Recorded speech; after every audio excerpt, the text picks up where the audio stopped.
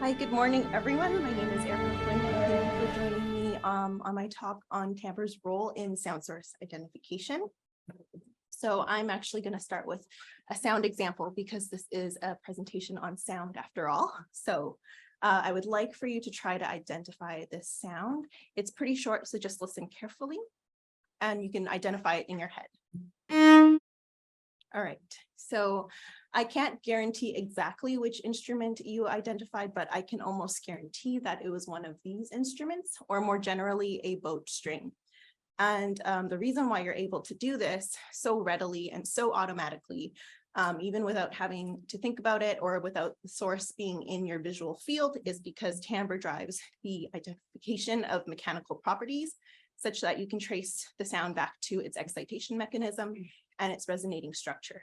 And the reason why you're able to do this is because of things in the acoustical structure of the sound. So things like structural invariants, which are acoustic properties that communicate the physical structure of the vibrating object, such as its material or its geometry.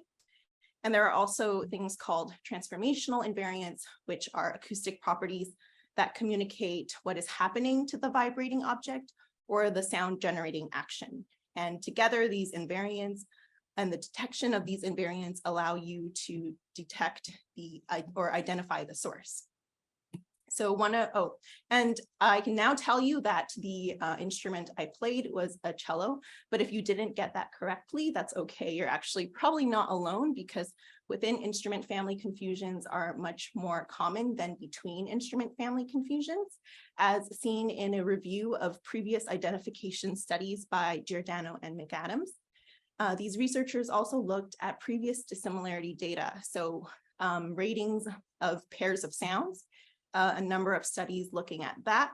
And for example, the figure you'll see on the screen is from a multi-dimensional scaling analysis of McAdams and colleagues from 1995, where you'll see a regional cluster analysis showing that on the left of the screen, or on the left of the figure, the continuant tones are separated from the impulsive excitations. In between the dashed lines, you'll see regional clustering of instrument families. And it is within these clusters that people tend to confuse the instruments because they're often rated as more similar. And again, those instruments tend to be in the same family. So one of the primary goals of the current research is to look at how mental models are formed for novel sound sources. So we used a digital physically inspired modeling software called Modalis to simulate interactions between 3 excitations and 3 resonators, which I'm going to go over shortly. And some of these interactions will be considered atypical or physically implausible, and hence novel. And we wanted to compare the performance between the atypical or novel stimuli in comparison to what we consider as more familiar or typical in 3 different experiments with 3 different tasks. So I'm going to try to go over this very intense synthesis paradigm in hopefully a couple minutes, maybe less. But we simulated interactions between 3 excitations, which were bowing, blowing, and striking, with 3 resonators, which are the string, air column, and the plate. And again, this was with Modalis, which employs modal synthesis. And Modalis has the benefit of isolating the excitation parameters from those of the resonators from the typical interactions, which you'll see in the white boxes. And one of the goals was to preserve the structural invariance of each resonator as much as possible.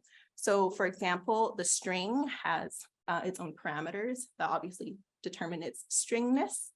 And those parameters are kept consistent regardless of the excitation applied to it. Similarly, for the excitations, they're each controlled by temporal envelopes that control the motion of certain parameters. For example, for bowing, those were the bow speed and the bow pressure. And those temporal envelopes were kept consistent regardless of the resonator that the bowing excitation was applied to. And so that is how the atypical interactions can be formed from these isolations and recombinations. And we synthesized 400 versions of each interaction. And we ended up selecting 3 to 7 exemplars, depending on the experiment, to represent the variability of each interaction in terms of their timbre. So I'm going to play you these examples from left to right, top to bottom. And if you can't scan that QR code, just find me later.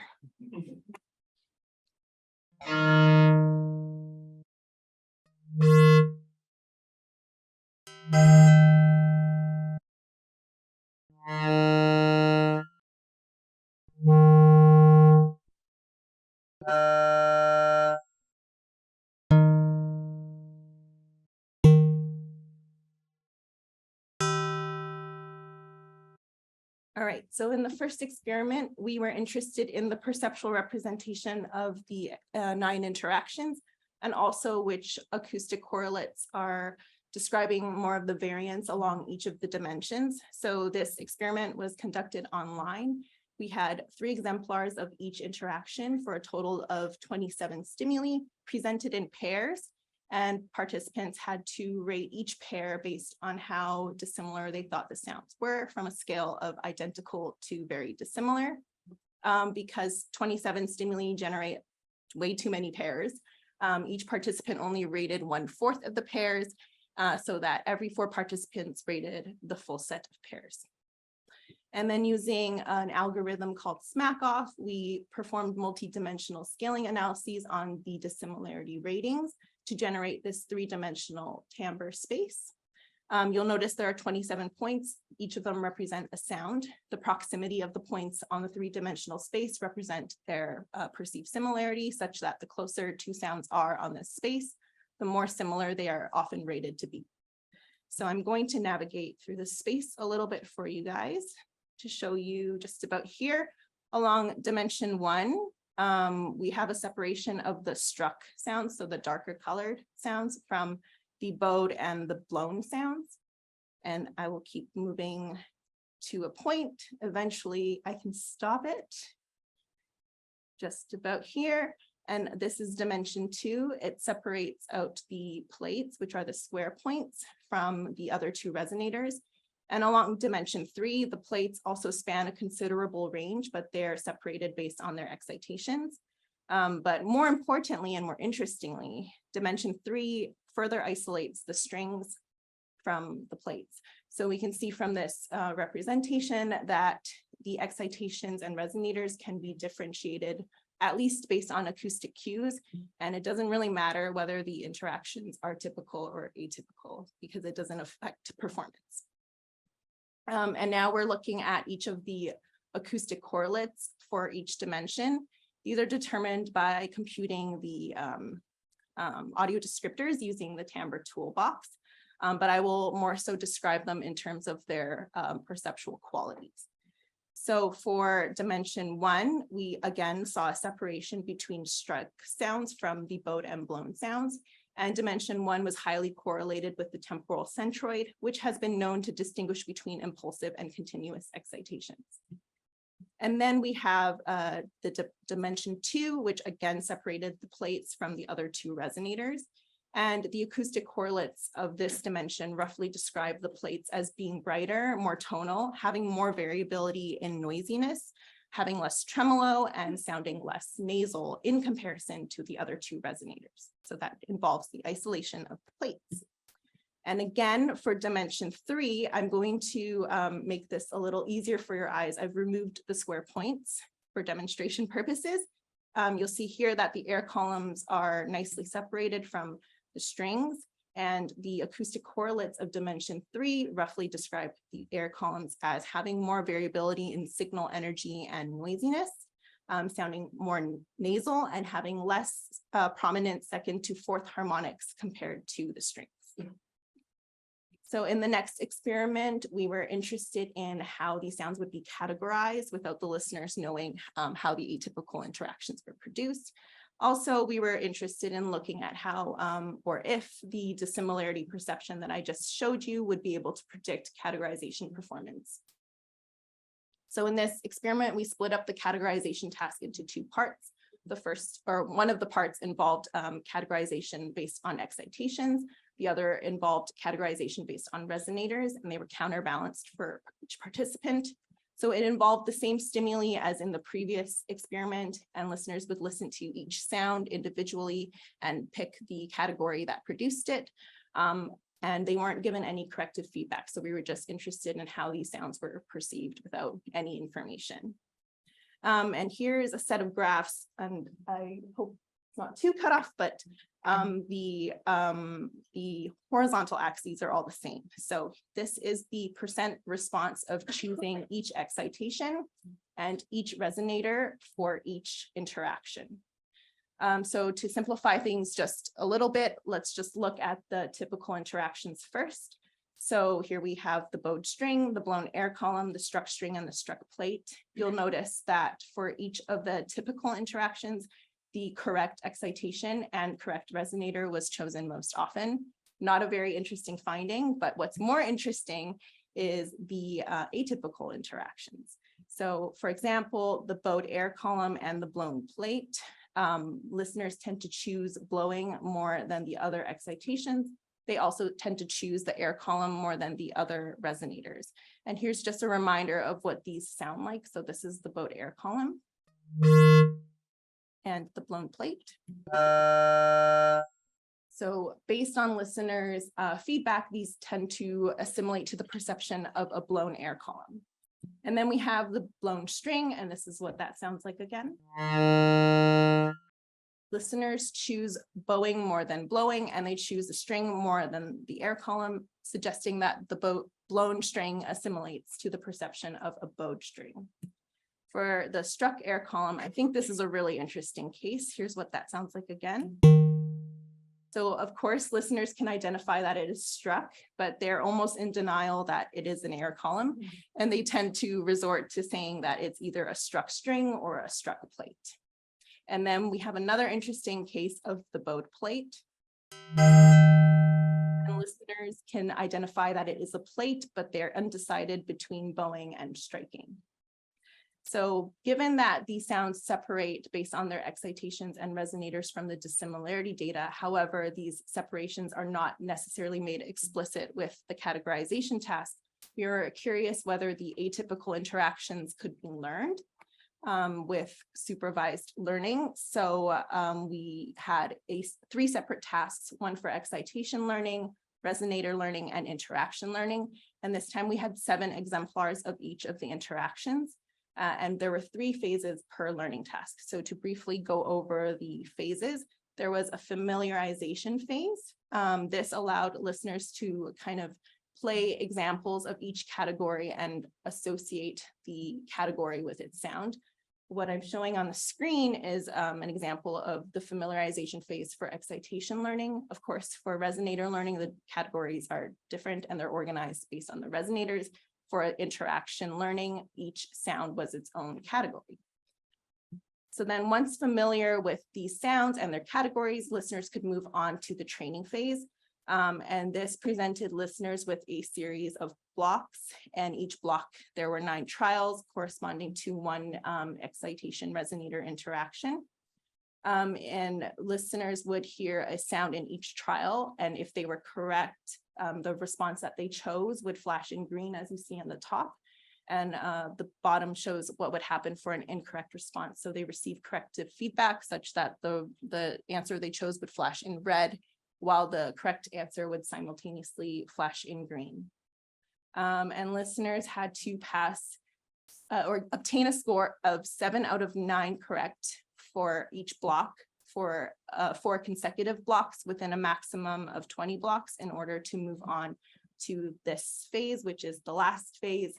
And in this phase, each trial was modeled similarly to the training phase, except that there was no corrective feedback, and we used all 63 stimuli.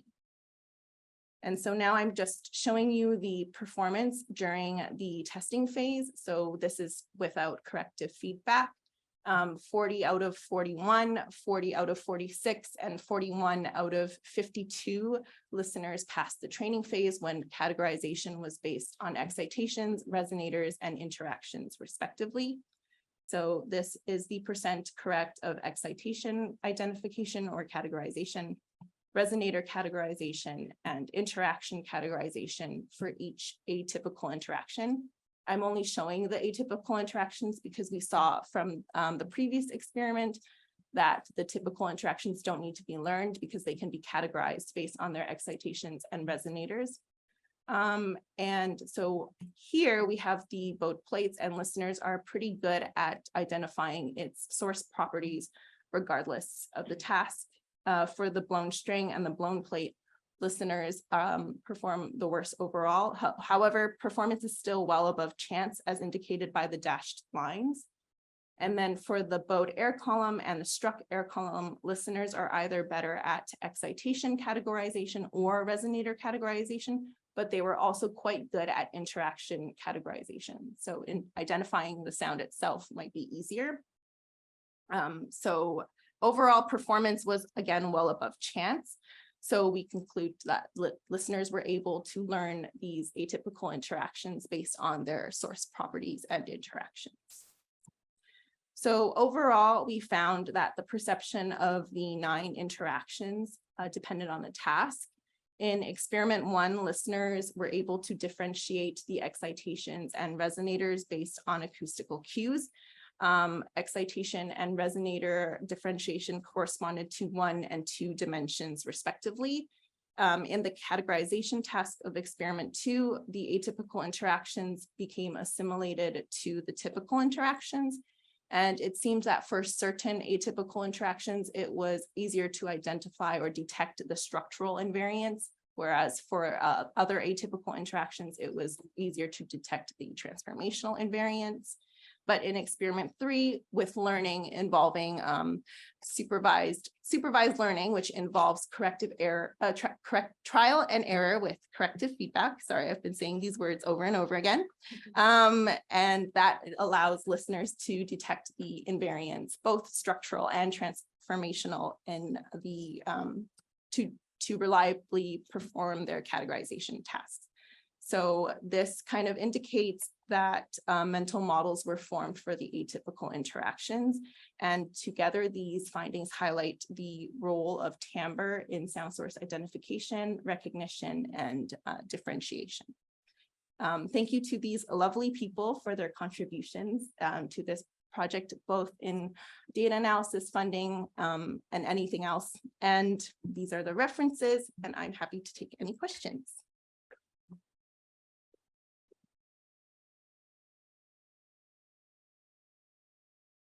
We have plenty of time for questions. Oh, we do? Yeah. Great.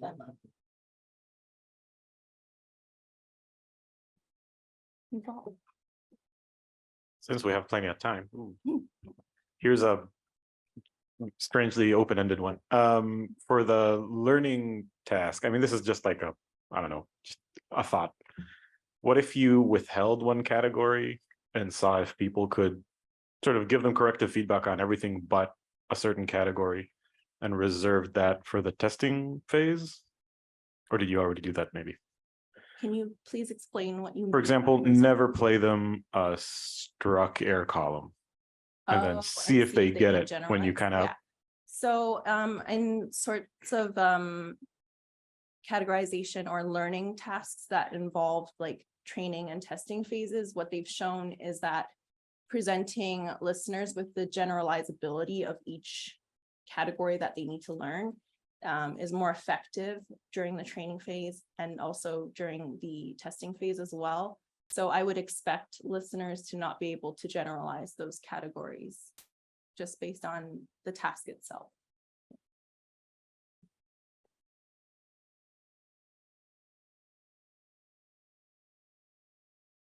Yes. Thanks. I'm not sure if you mentioned this, but in terms of recruitment, did you recruit based on musical experience? Oh, I'm how did that actually really influence? glad someone asked this question. I really wanted to include more about musical background, except of course I was concerned about the time. So previously, and since we have so much time for questions, I can go on and on about this. So previously in the lab, we've recruited musicians versus non-musicians. However, I really dislike the criteria for this in scientific studies because I think it disqualifies amateur musicians, and it also disqualifies successful musicians who've never been classically trained. So instead, we have looked at musical sophistication index from the Goldsmith's paper. This assesses people on their individual differences in musical background, involving other criteria like active engagement. So how many resources you actually spend on music, and also emotional assessment of music, for example, in addition to formal years of musical training and the number of instruments you play. So we did look at whether these parameters of musicianship or musicality could correlate with the performance. So it seems that due to the failing participants, those who did not pass the training phase, those participants tend to have lower scores than like overall and on average. However, it's not really enough of a representative sample, but there are participants who did pass the training phase who have much lower scores than some of the people who failed the training phase.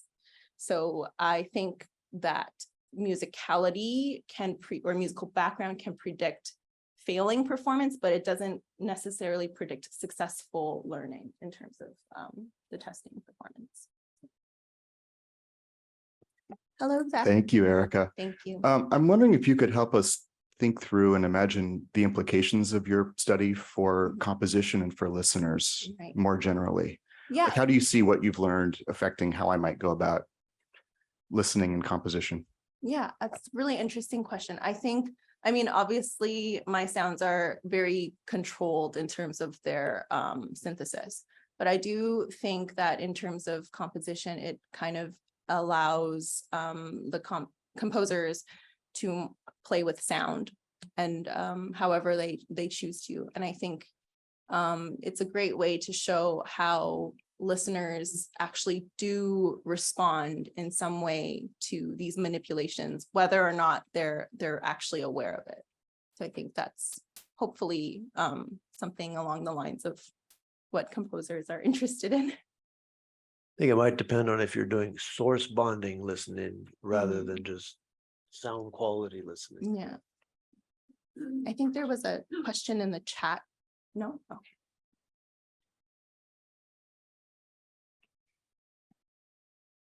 I'd like to just address quickly, or you to address quickly, the issue of the duration of the samples. I think that just in general, I've always felt in terms of science studies involving sound, that the examples are invariably much too short. So that the examples signal something, but one does not experience the thing which is signaled at. Yeah, I definitely agree to that. I think in terms of the manipulations of the sounds, and especially for the excitations in the control of the temporal envelopes, we kept the durations as consistent as possible, and they just so happen to vary in their actual durations. Sorry, what do you mean by they just so happen to vary? I guess depending on the resonator that they're applied to, sounds tend to either be longer or shorter. Well, is this a function of the nature of the excitation? I think it's a function of both the excitation and how it interacts with the resonator. Okay, I don't think it resolves the question of the different ways in which we understand a stimulus based on how long we have to, as it were, deal with it. Yeah, I do agree to that. However, I also think that in terms of the durations of the sounds, we may only be able to control them for so long. But we, as much as possible, used whatever the synthesis algorithm allowed for in terms of the examples that were provided. Yes. Oh, you're just trying to, okay. All right, thank you. Yeah, thank you. I'm Simon Jacobsen. I'm from the University of Oldenburg in Germany. And my presentation is on instrument identification and blend in virtual acoustic scenes, a case study of the Tristan prelude. And as much as I would have liked this talk to showcase actually specific parts in the Tristan prelude in terms of instrument identification and blend, also in relation to timbre and orchestration, this will be an overview of how I arrived at my current implementation, because it's a ongoing project. And so I would like to start with a view on music and auditory scene analysis, ASA, a term coined by Al Breckman, who unfortunately passed away this year. And a comment from Presnitz et al. Describing it as a form of acoustical communication that features extreme examples of this process in action.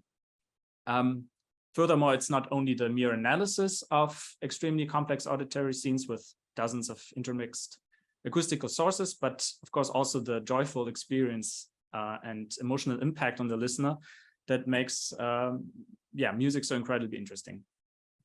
But sticking to the analysis view of this process, for me, it poses several questions. One is, what are the acoustical ingredients allowing listeners to identify instruments or singing voices in musical mixtures?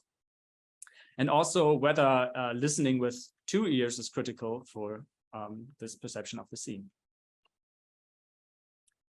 There already exists extensive research on ASA in music, attributing it to playing a fundamental role in shaping the listening experience. However, when going into the details of the individual actors at play, studies have mostly focused on sounds in isolation. For instance, by looking at timbre dissimilarity ratings between individual instruments, and of course also instrument identification. And yeah, when it comes to multi-source scenarios, the blend between instruments becomes of interest, and which basically describes the auditory fusion when played simultaneously. There's another important aspect of music perception and scene analysis, which is actually closely connected to the focus of research done in Oldenburg. And it is the playout in hearing impaired listeners. So there are several studies that have shown that there are higher timbre discrimination thresholds and higher signal to accompaniment ratio thresholds, and impaired tracking of instruments in polyphonic music in this group of people. Lastly, and critical for my research project, is the use of binaural cues to musical scene perception, as it is especially important under realistic listening conditions with room acoustical impressions, and in my case, mostly those of concert halls. So this being a short overview of the research angles that are important for the project, I would like to give you an outline and the necessary ingredients, which I will focus on in my talk. So we need polyphonic music as a starting point, then concert hall acoustics, and an instrument identification task, which then I will use to assess listeners' performance. Let's start with the music. So I'm using music from Richard Wagner, already becoming clear from the title, as a basis for my investigation. So here are a few buzzwords that describe the music of Wagner. And yeah, I think it becomes clear, and in the slide it makes the music especially interesting for musical scene analysis. Especially the opera Tristan und Isolde is actually sometimes viewed as the transition from romantic music to modern music. And actually this is not the main reason why I use the prelude. There's another one that is actually more important. It's that the Tristan prelude is included in the Oxen and Ogplay environment. And it actually features, the most realistic and complex rendition in the library. And it features multi-channel audio and allows for separation of the individual instruments from the score. So thus it is a perfect playground to investigate listeners, musician and non-musician abilities to identify individual instruments in a complex orchestral sound mixture. Which now leads me to the concert hall acoustics.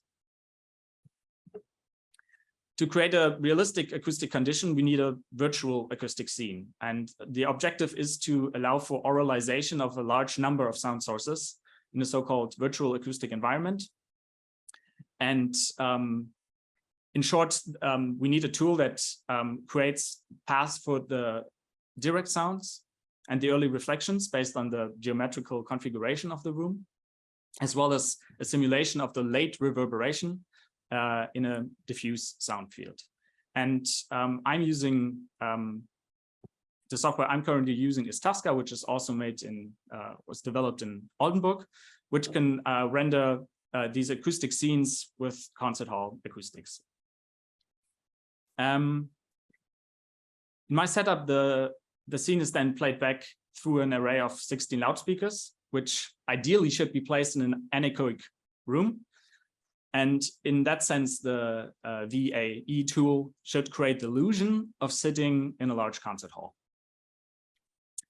So I'm very thankful for Felix Barrier, who to have come to Oldenburg in March and of this year to help realize the positioning mixing of all the instruments in the scene.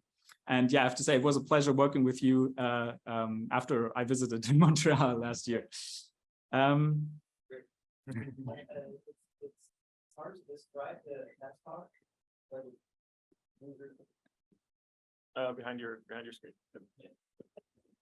It's hard to describe taskbar, but it sounds unbelievable. Like the work you've done at the Oldenburg University with the hall simulation it's unbelievable. It's really great. I might just skip to this part where there's a video. Wait, let's see.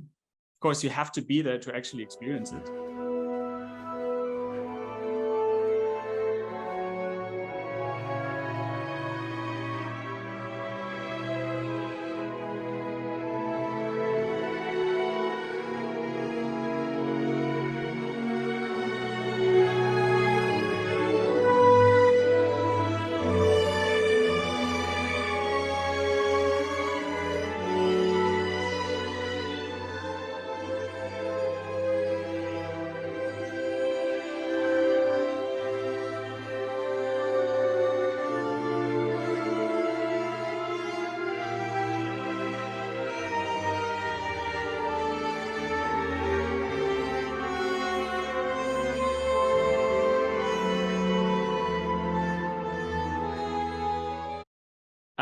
I have to say that there are current limitations to the setup, which are actually critical.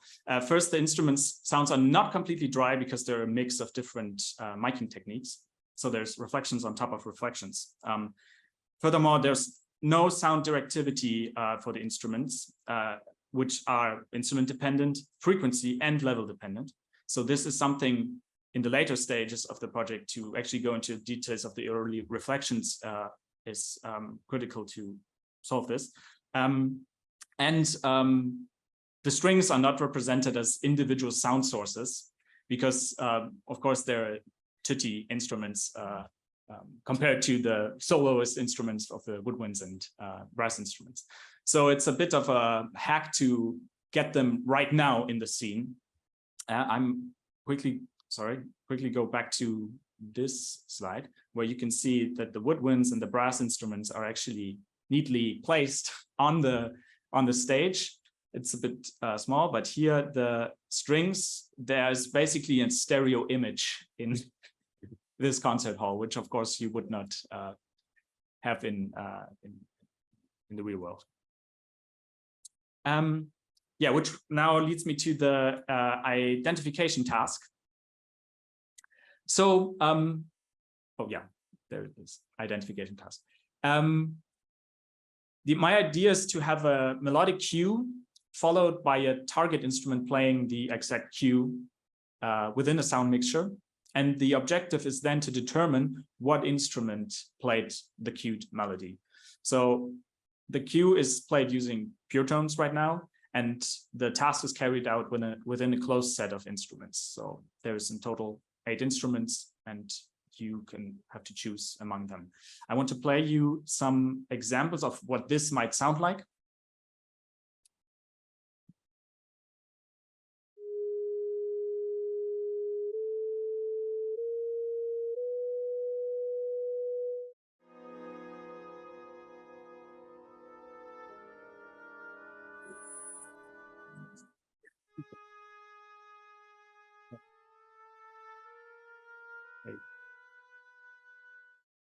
I might skip to the next one. So you will hear the cue, then you hear the mixture, and then you hear the cued instrument, which would not be there in the actual task, but. Okay, all right.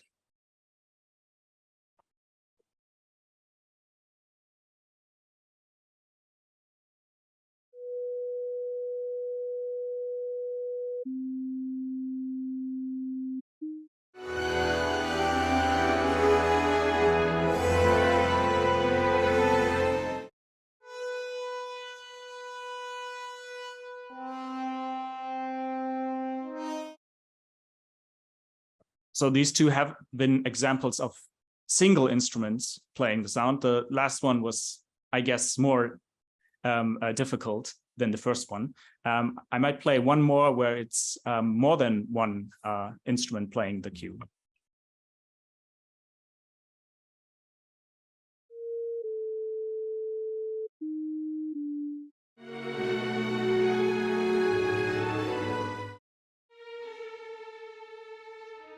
Actually, that is the wrong one. Let's do this one.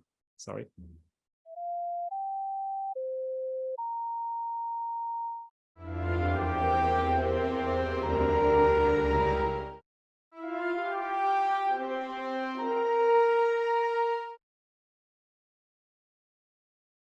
Yeah, so in the last one, there were more than one instrument, and also they were not in the same octave.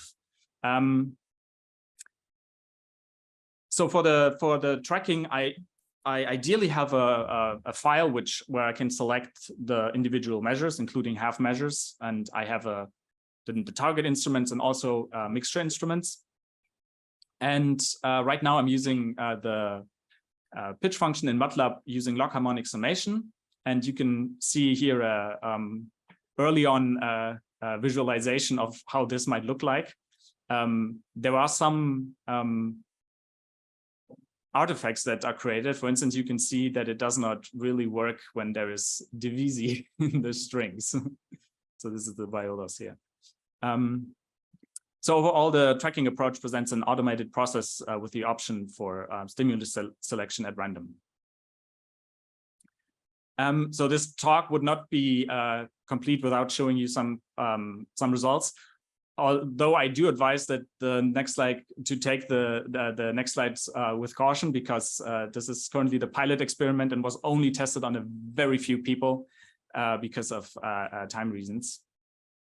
In the session, and there are 3 sessions. One is a practice session, which is used to get the listeners accustomed to the exercise, so the cue and then the target, but also the individual instruments.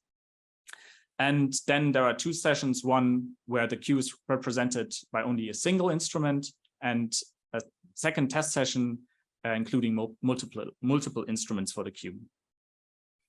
In terms of room acoustics for now, there are 4 conditions as a result of the combination of two-level parameters. So instruments being spread out on stage or represented as a single source in the center of the stage, which would not be physically possible, but I can recreate this in the stage. And also the room acoustics either being turned on or turned off. And then for the responses, I asked the participants to select a single instrument. So what main instrument played the cued melodic line? Because there can be multiple instruments playing, but then they can indicate whether they actually heard one instrument, they heard 2 instruments, or more, 3 or more instruments. I also take confidence ratings to to gauge the difficulty of the individual items, and also have a reference point for potential at chance level outcomes. And lastly, sound quality ratings are used to perceptually assess the varying acoustic configurations of the scene. So oh yeah, although I won't be able to reject or confirm any hypotheses made at this point with the results, but I expect that the instrument identification performance is enhanced when the instruments are spatially separated on stage. Additionally, the use of early reflections might improve the performance with correct room acoustics. And I also expect blend ratings to be reflected in the identification performance. This last point is especially interesting because there already exists the notion of different blends where either all instruments are identifiable, only one instrument is augmented and is identifiable, or the blend is in that sense emergent and the contributing instruments are not identifiable anymore. And it would be interesting to see this in this configuration. So yeah, n equals 3. So it's nonetheless, I wanted to show you this because there are some very valuable information you can get out. Yeah, in this case, for only one instrument playing the line, I can plot this as a confusion matrix with 2 instrument classes on the left and the reported classes on the bottom. Identification performance was not good, but seems to be above chance for most instruments. Especially the horn and here the cello, they stuck out. Furthermore, there were mere random guessing can also be excluded since there are interesting confusions between several instruments. For instance, between the violins and the cellos, and also the English horn and the clarinet. Actually, there were no flutes in this example due to the flute not having only very short, being not present that much as a single instrument in the score, and the algorithm having problems to extract the correct pitch. Yeah, so this task is perceptually very demanding and might need participants with a high degree of musical training. So, and there are a few things that one can discuss. So a need for a very extensive practice session especially for people who are not, don't have that much musical training. And it would be interesting to see if those can then do the task. Then there's the sense of the perception of unison and octave lines. If people hear the cue in one register and they would say, oh, the horns played it, but they are an octave lower. Then, of course, there's the question of what a priori information is contained in the cue, so in the sinusoid. One thing is the global pitch register. So it would be in that sense smaller versus larger instruments, or actual timbre bias towards certain instruments. So it's still unclear if this cue with pure tones is a good choice. And then I find interesting the idea of reducing the number of instruments in the mixture to take some instruments out and making it a bit easier, but also seeing then effects on blend. Although the question in what sense let's say the integrity of the synthesized score is upheld in that way. Nonetheless, it is would be interesting to research this. So I come to my conclusion. 2 major points to make. First, Orc is very nice in the stereo representation, either with speakers or headphones, but I think it has immense potential as immersive 3D audio. And I think Felix would agree that by working together with him on the virtual acoustic implementation, it sparked new ideas in transforming its future use. And as of implications for my research project, the identification task is specifically hard. It's a hard perceptual task, but it could provide valuable information on how our auditory system entangles and identifies harmonic sounds within sound mixtures. And with that, I like to thank you, and I'm ready for questions.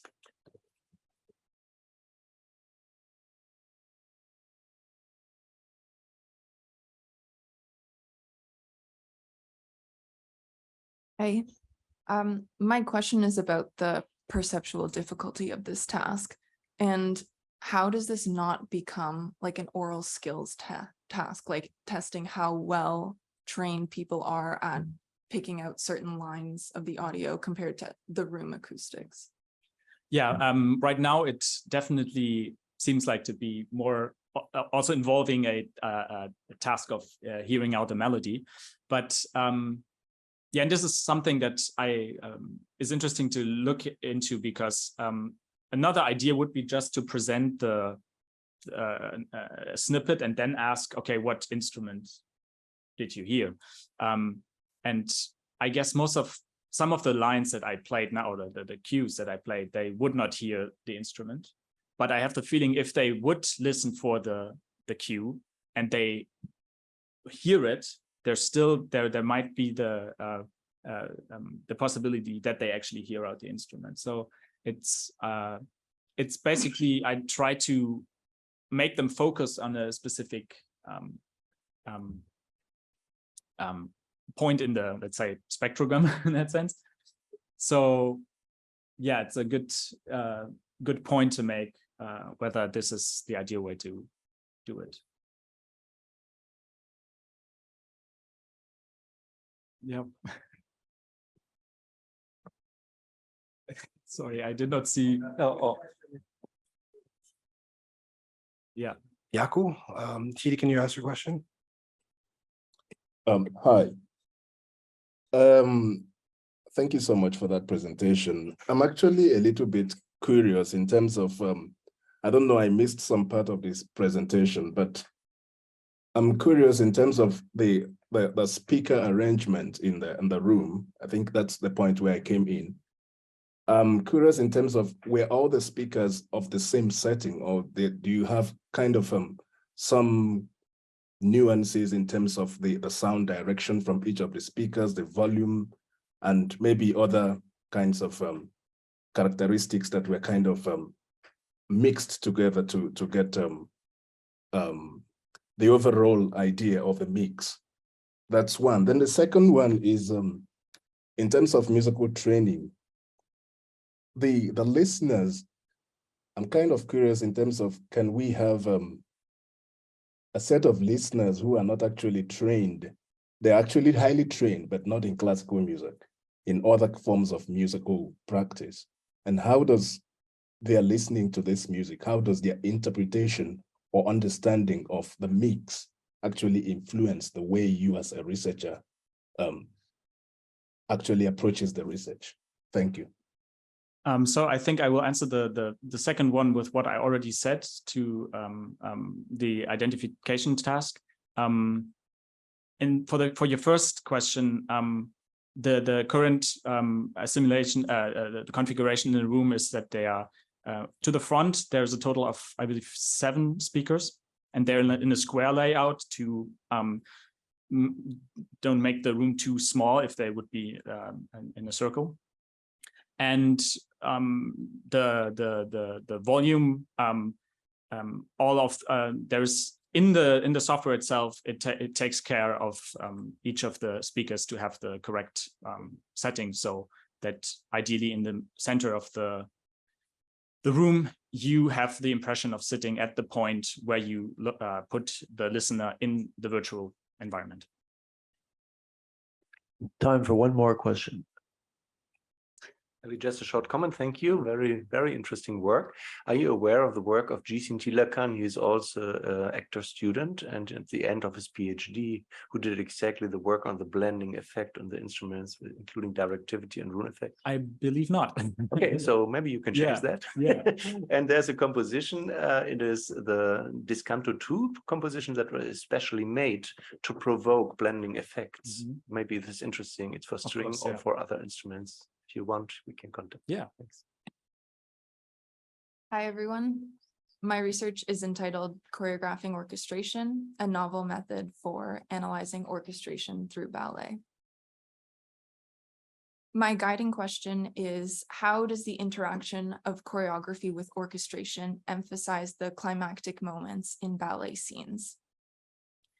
To begin answering this question, I will first present an overview of previous work.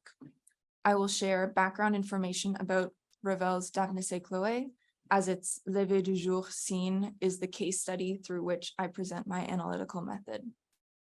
Then I will go on to my methodology, results, and a discussion of the work.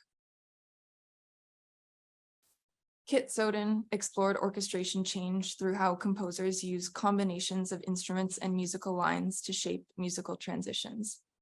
In Lever du Jour, Ravel uses orchestration techniques to gradually depict the climactic moment of the sunrise. Ravel's techniques include alteration of instruments, addition of instruments, and expansion, meaning a broadening out of the orchestral registers. These changes create a climactic timbral effect that is reinforced by the choreography. There is significant literature devoted to the study of orchestral transformations using audio analysis. Spectral centroid and spectral flux are the most relevant features to my research. Spectral centroid, the center of mass of the sound spectrum, relates to one's perception of brightness. Spectral flux represents the amount of variation of the spectrum over time and links with the stability of tone.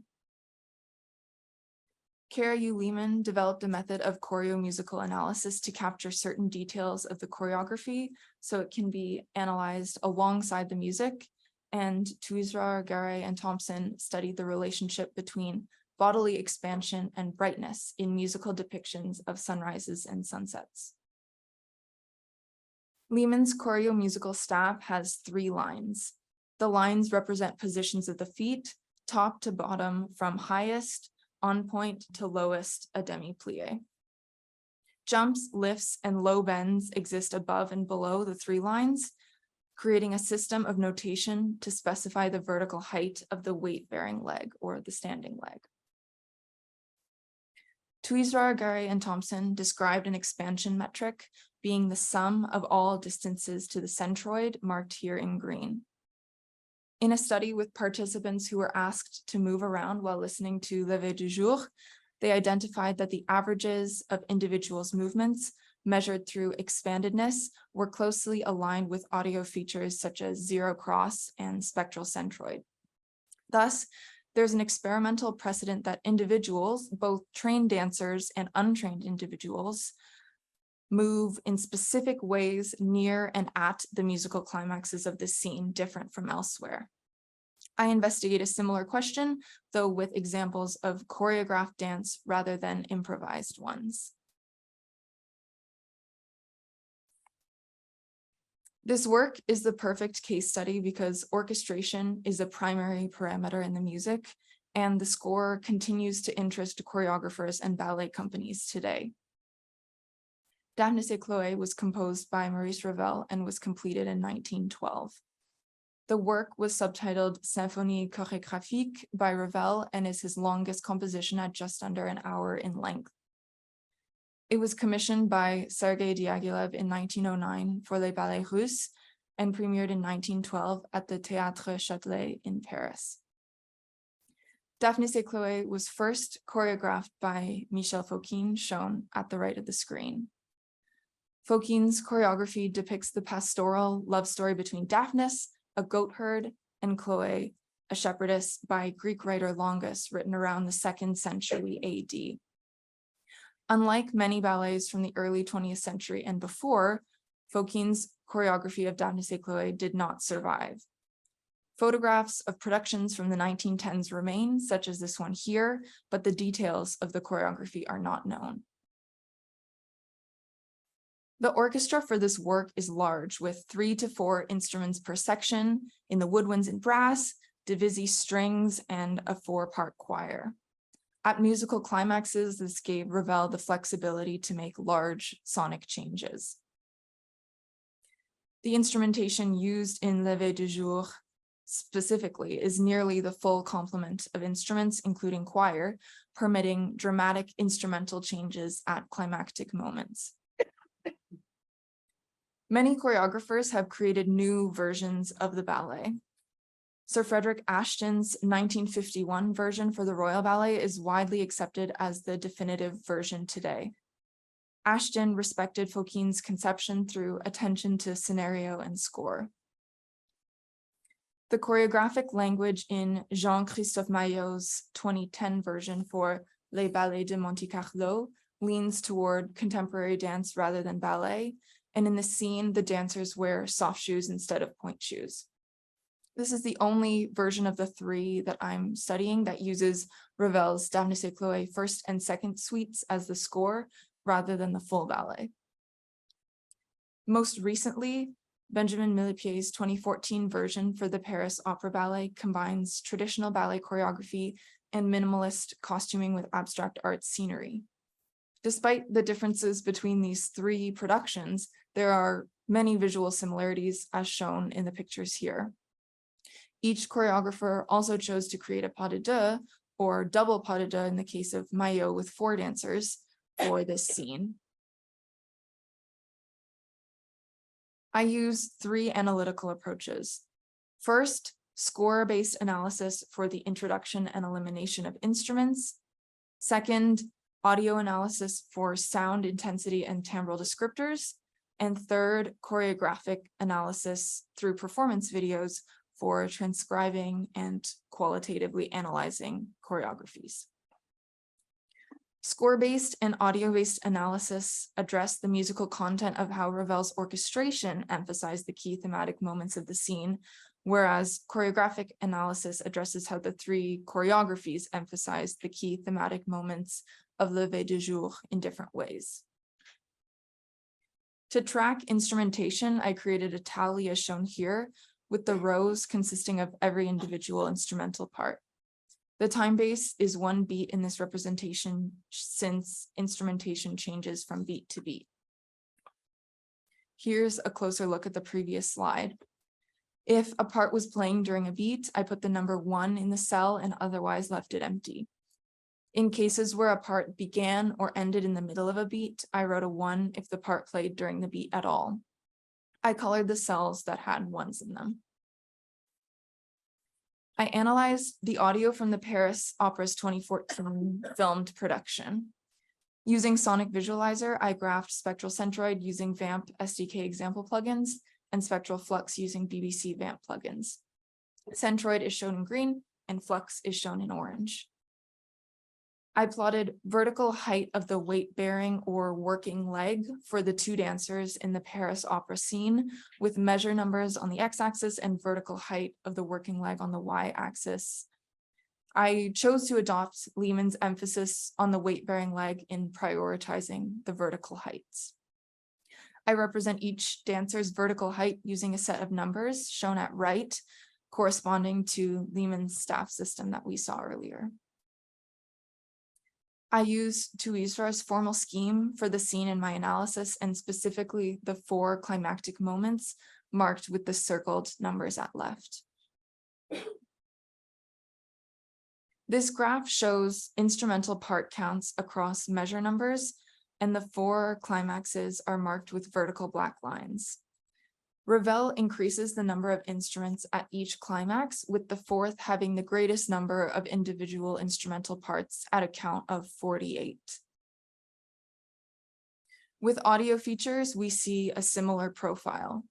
For Spectral Centroid, Flux, and Amplitude, here all normalized between 0 and 1, the climaxes feature local magnitudes in all 3 features, with the 4th climax being the highest across all 3. This means that Ravel uses timbral change by way of orchestration as a signpost for climactic intensity. Aligning the score analysis with the audio analysis, we see how the climaxes exist in the musical content as a whole. The vertical lines shift to account for performance of the score, which is to be expected because of the high number of expressive timing markings in this scene. I interpret the 4th climax to be the most important from the musical content altogether, that being the score and the audio. Here, the score analysis is aligned with the choreographic analysis of Millepier's version. The 3 danced climaxes are designed by Millepied in similar ways, with Chloe being lifted by Daphnis for varying durations.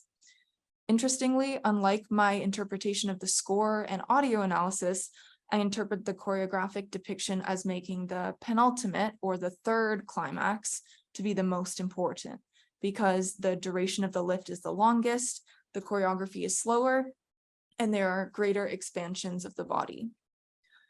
The choreographer shares control with the composer and the orchestra over how the trajectory of the scene is understood by audiences.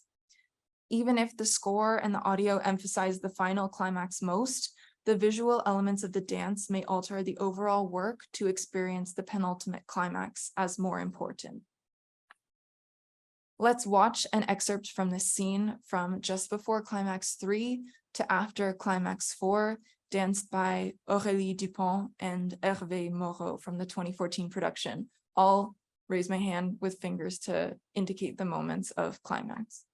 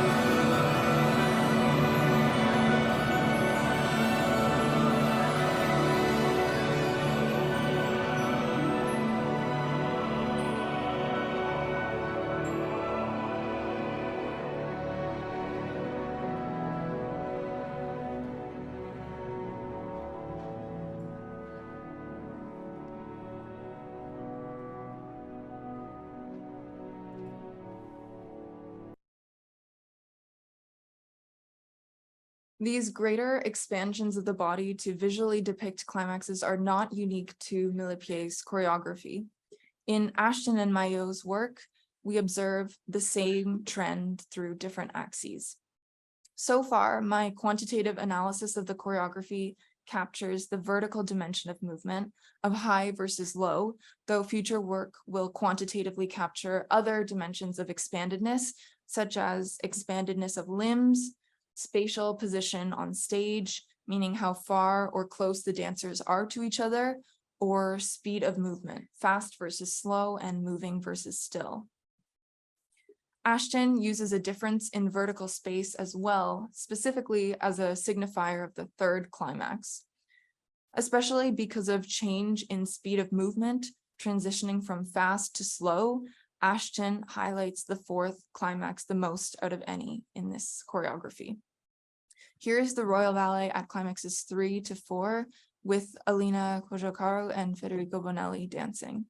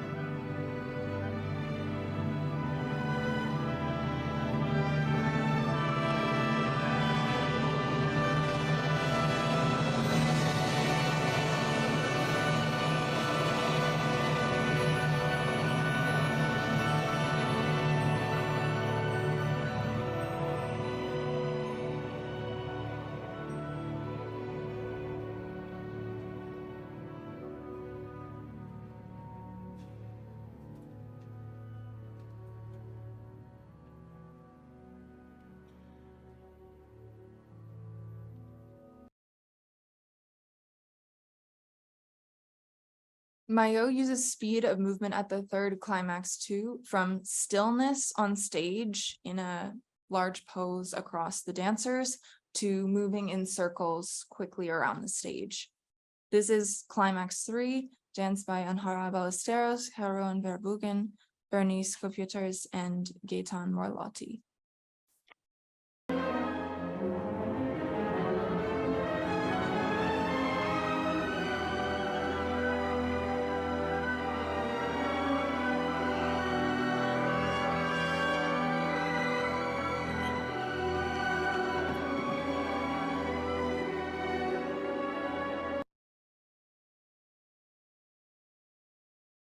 In the fourth climax, speed of movement also figures into the choreography, but in a less dramatic way than in the third, as we'll see. In future work, I plan to quantitatively analyze speed of movement as it's a primary choreographic parameter in this version.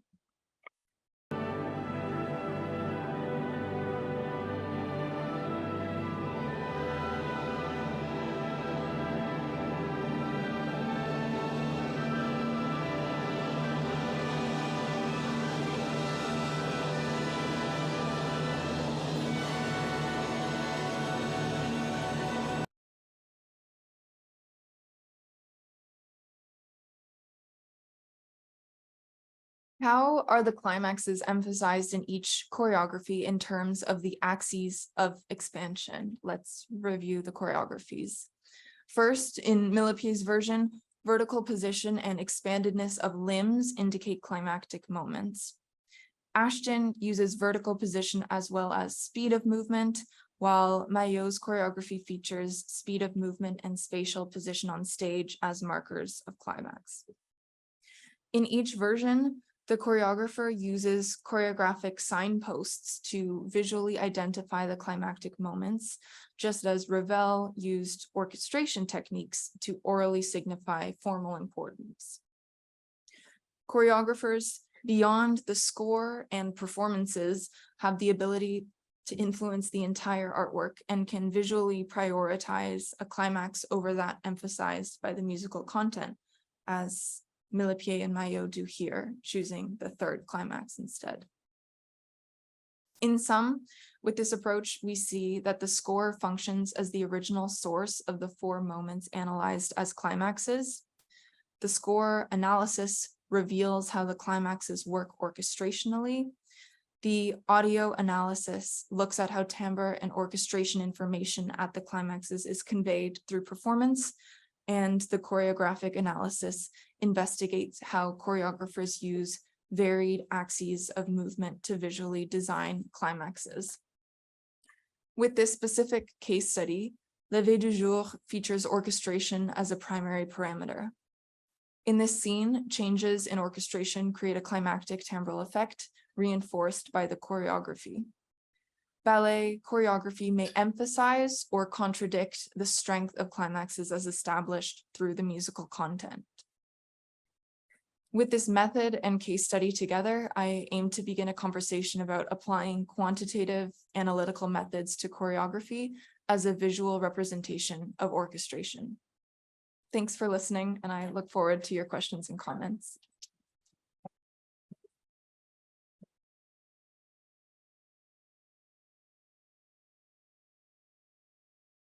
I noticed it was a really nice presentation, by the way, thank you very much. In your diagram where you showed the different choreographical things on your scale of 5 and so on and so forth, it seems to me there were a lot of 5s that were not happening at points that are climax. And so I'm just wondering the extent to which these are specific to climax, or those kinds of things are going on even in fairly low moments according to the orchestration count. That's a really good point. And that's right. There's many lifts throughout the choreography. Most notably at climactic moments, the lifts are longer, like especially the third and the fourth. The fourth, it appears quite short, but the fact that there's this downward trajectory, it's all like one continuous movement. But specifically at the climactic moments, vertical height paired with other physical dimensions like expandedness of limbs really is more of a signpost. So in future work, I'm interested in combining different axes of physical expansion, because you're right, vertical height alone is not necessarily indicative of the climactic moments, but there are none that don't have it. So yeah. Lindsay. Thanks. Just to kind of, sorry, follow up on that, because this was something I was thinking about. You have measure number, but you mentioned the use of rubato. So if you're interested in like the lengths of the holds, if you had time on the x-axis, and you could also look at different performances. Have you thought about that yet? Yeah, I've thought about that. To align it with the score itself, I wanted to keep it with the measure numbers. It's a real point, like to prioritize the audio and to prioritize the performance videos I might consider. It might show some things like Stephen was saying. And actually, I bring this up because conveniently I have recently done this, and it was a pain to develop this, but you can do, if you mark it in Sonic Visualizer, I have some code you can use to turn it into time. Yes, I love that. We'll talk later. Thanks. Andres. Yeah, there's a comment from Lena, and they ask, I'm curious how you came to the decision of using spectral centroid and flux only for the timbre analysis. As you mentioned, you only looked at the verticality in choreography. I'm wondering if you can speculate on whether different types of expansion could be related to different dimensions of timbre and orchestration. That's a really good point. Yeah, I focused on centroid and flux because to my ear, like brightness and also change seem to be the most relevant to my study of trajectory of the scene. But it's a really good point, and I look forward to looking into more features. Thanks. Follow-up question, or not follow-up, but another question from Zoom. Martha de Francisco has another question. Oh, sorry. Hello. Thank you for this wonderful presentation. My question is this, or just a comment in the Ashton choreography. The moment of this highest point in the music is also connected with an expansion of the activity of the other figures that we could not see so much on this video. But of course, I mean, maybe that is also something that you could include in as an additional element in your investigations.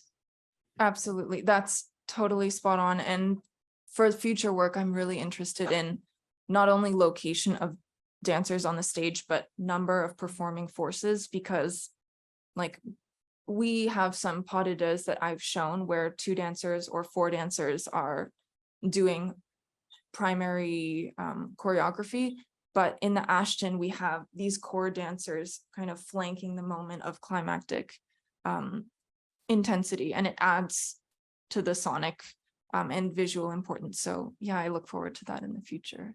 Thanks. Yeah, thank you so much for that. I'm really happy to see kind of the lines between dance and music analysis get blurred. I have 2 quick questions, I think. They're both quick. The first is, have you thought about using Laban notation at all? And I'm curious if you did or didn't, what types of physicality that might include that were being excluded with this analysis already, and whether that would kind of address this issue of how many 5s there are or something, because that goes down, I think, to like even eye movement, like as small as that. Totally. And then the second question, instead of maybe looking at, or in addition to looking at how one piece is choreographed by different choreographers, have you considered looking at how one choreographer does several different pieces to see if maybe, oh yeah, 5 is what this person likes to do at climaxes, or anything like that? Yeah, the second question, no, I hadn't thought about that. So I really am interested in looking at that, especially Jean-Christophe Maillot has like quite an expansive repertoire that's linked with the ballet company. And then the first question, Kara Lehman is like a contact, and I've been speaking with her in preparation of this work. And we talked quite a bit about her notation, and she based it on Laban notation, like the vertical height of the working leg, especially like the central body column and location of weight. She derived her vertical height system from that. But yeah, other physical dimensions used in lava notation would be interesting to look into in the future. Thanks. One more question. Oh, you pick. I can't pick the last one. Elliot. Did you ever run into situations where there was a dramatic contraction? And I'm thinking of all of the kind of ballet stabbings and Romeo and Juliet deaths that are just unleashing, where someone's just collapsing and dying on the floor. That's so good. Not in this one, but I think that's probably a function of the style of music too. But probably if we looked at like Rite of Spring, Romeo and Juliet, different, like maybe more contemporary works, like contemporary music that serves as the score, we might see like inward and contraction as more of a climactic feature. Yeah, really interesting. Thanks. Good.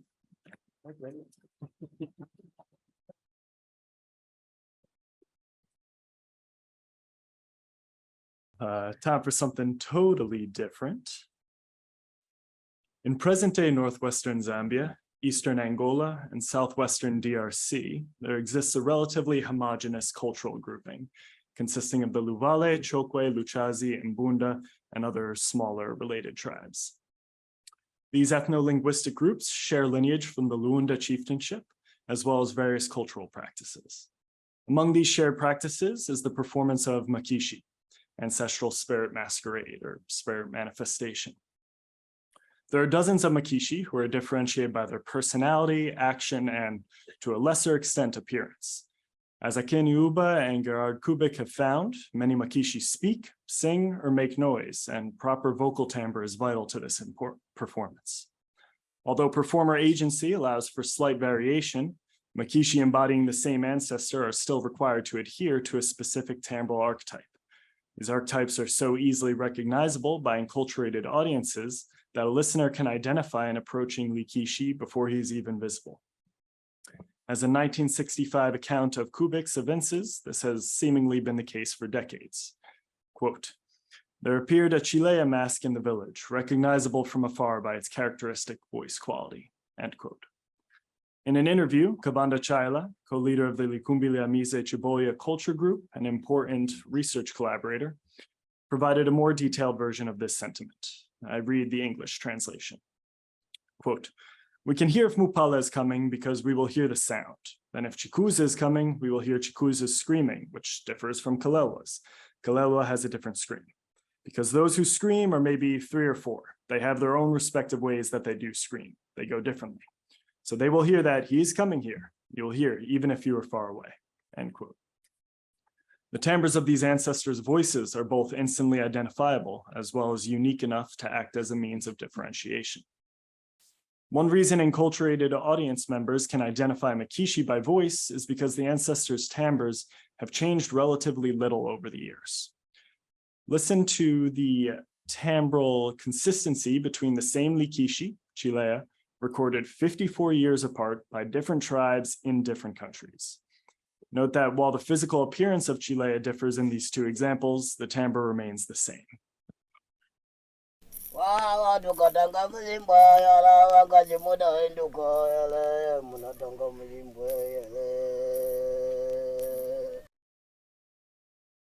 And now a modern version.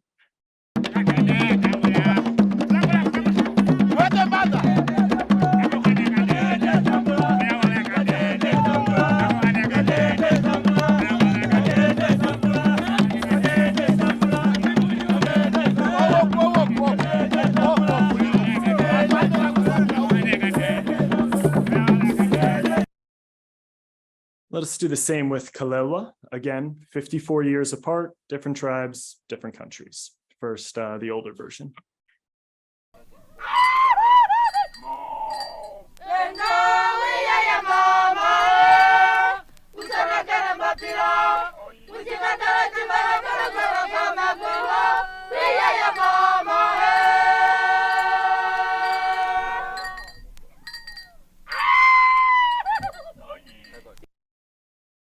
It wasn't clear, Kalelwa was the one speaking and screaming in between the singing.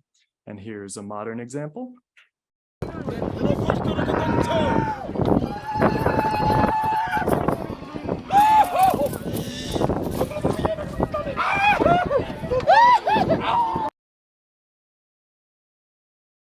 Historical comparison shows that vocal timbre has been integral to the performance of Makishi for decades.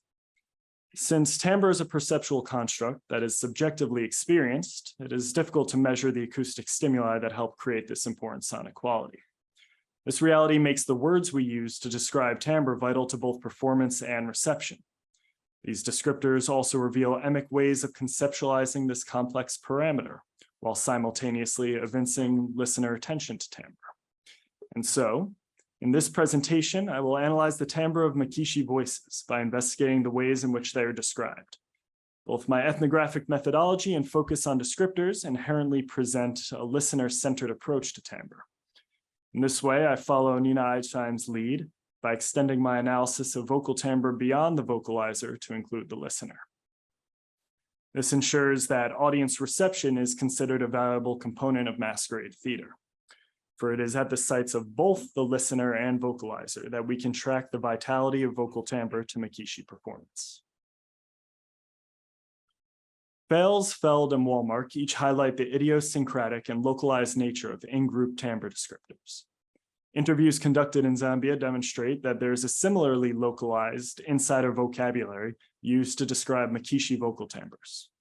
Amanda Weidman argues that their cultural specificity may be exactly what makes timbre descriptors so valuable.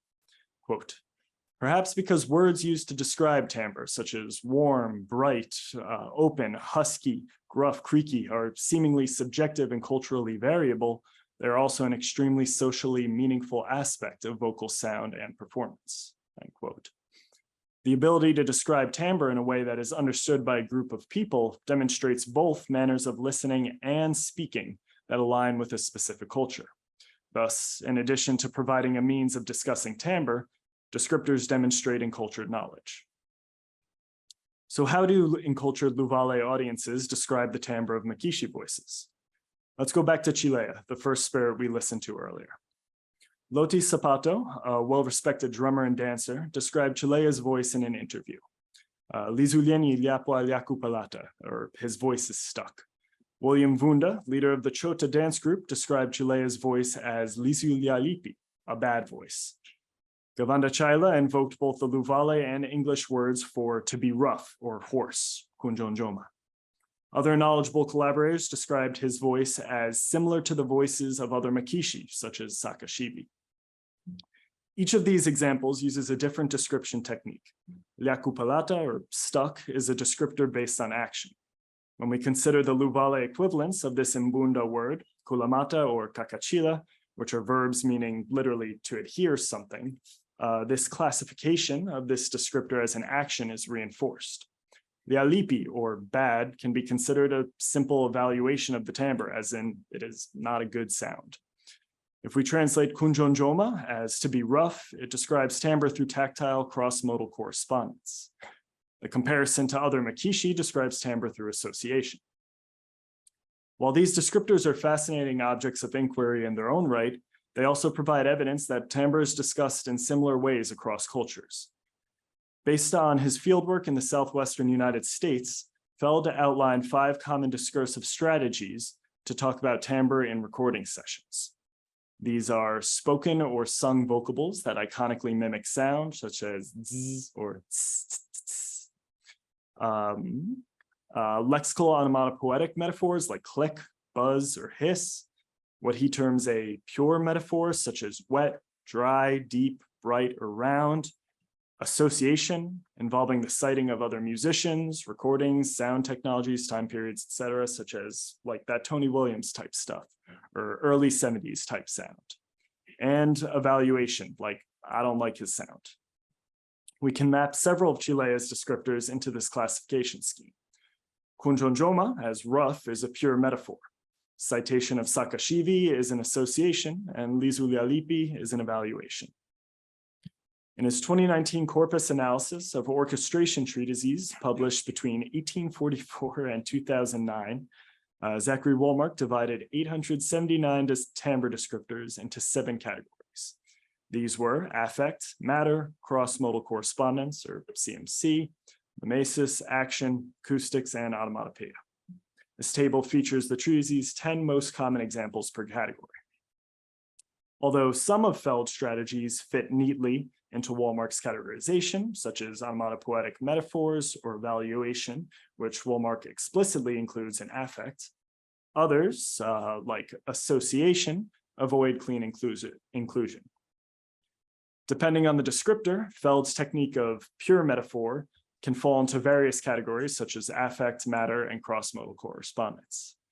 After consolidating the two lists as such, we are left with 9 different categories of timbre descriptors: association, vocables, iconically mimicking sound; affect, matter; CMC, mimesis, action, acoustics, and onomatopoeia.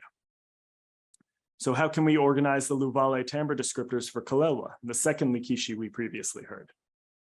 Kavanda Chaila and drummer Chihungwa Kapalu both described his voice as kulikuwa, which means to scream or cheer out. Chihungwa also described his vocal timbre as kutenuka, to be angry; katenda, shrill or loud; and helu, high or above. Culture bearers Chinyama Kasanga and Douglas Muila both described Kalelwa's vocal timbre as kutaluka, to be large, tall, or well-built. Joseph Kufuna, one of the main translators I work with, employed the interesting descriptor of kukanguka, which stems from the word kukanga, which literally means like to fry, as in cooking, and means to be dried out. Although Wallmark lists dry in the matter category, I additionally read it as a CMC because of its tactile nature. I therefore place it in both categories.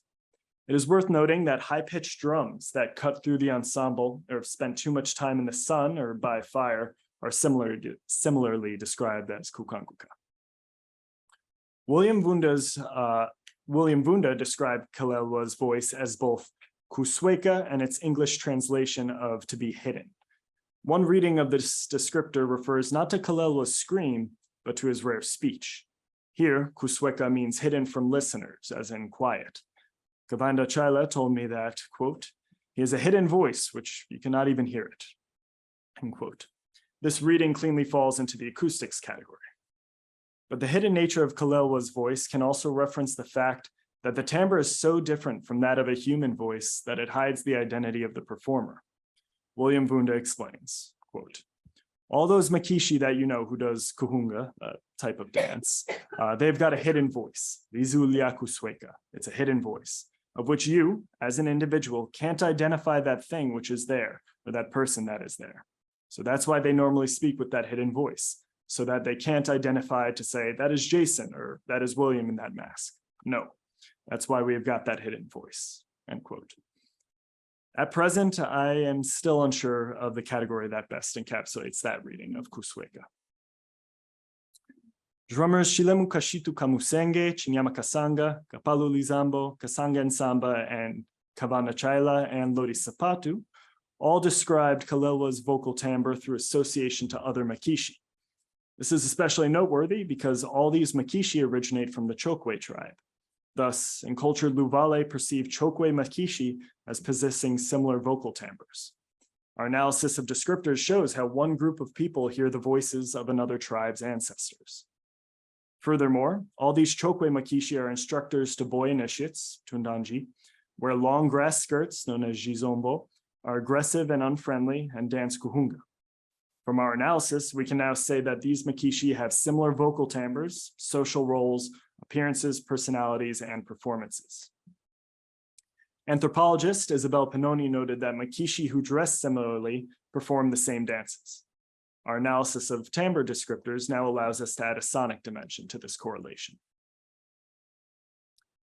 Ndondo is a rude Likishi whose naughty antics make him a crowd favorite.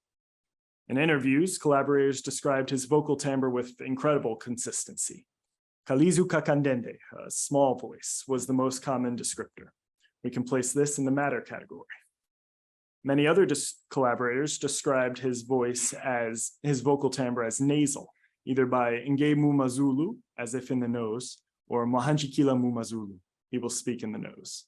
This is a textbook example of what Wallmark labels a vocal term mimesis.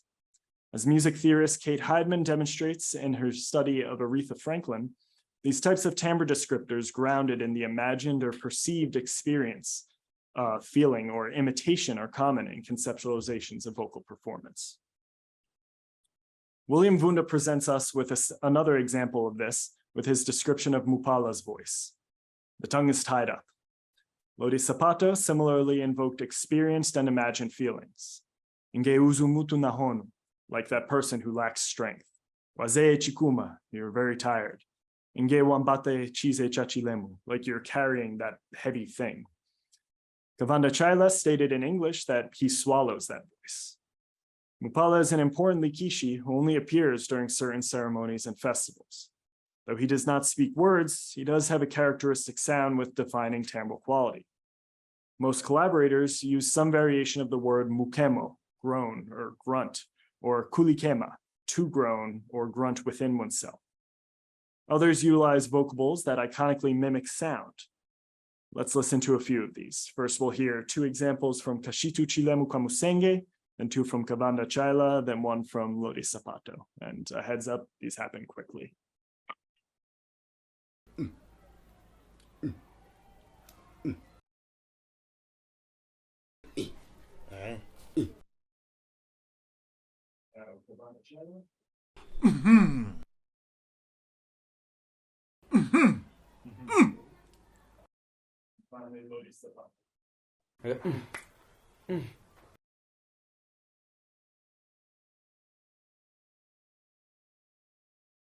In his analysis of Tom Waits' vocal timbre, Mark Samples argued that the presence of timbre descriptors within the group of his fan base demonstrates Waits' perceived distinctiveness. The ability of encultured Luvale listeners to describe Makishi voices similarly evinces their perceived uniquity. To these audiences, each Likishi has a different, though sometimes related, timbral archetype. As our analyses have shown, these archetypes are often complex and multidimensional, with a single Likishi's timbre usually described by several attributes.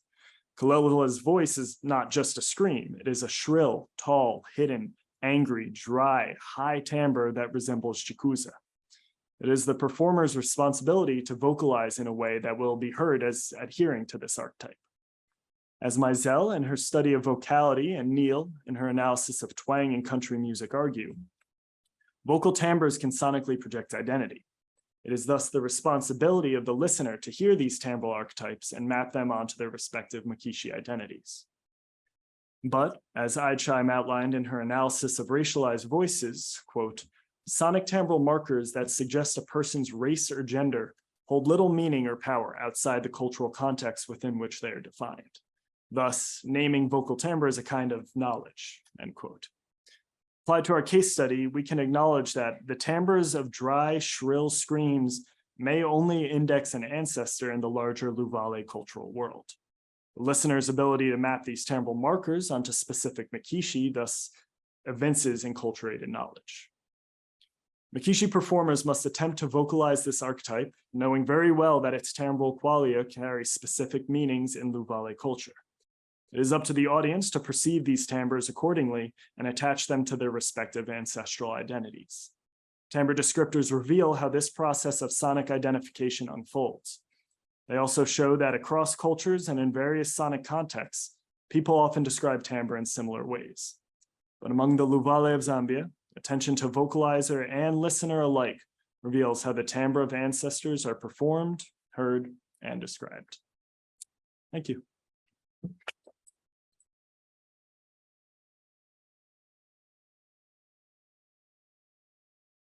And I would also be remiss not to mention, at the request of some of my collaborators, the Big Luvale Festival, Likumbi Liamize, is happening for the first time in like 4 years at the end of August. So if anyone's interested in going, as my collaborators are hoping might happen, hit me up. But I'll now happily take any questions. Yeah, Josh. Jason, thank you so much for sharing all of this and you know, immersing yourself in it and introducing many of us to this new way of making music. I'm curious if you could talk a little bit about the interaction between the performer and the costume.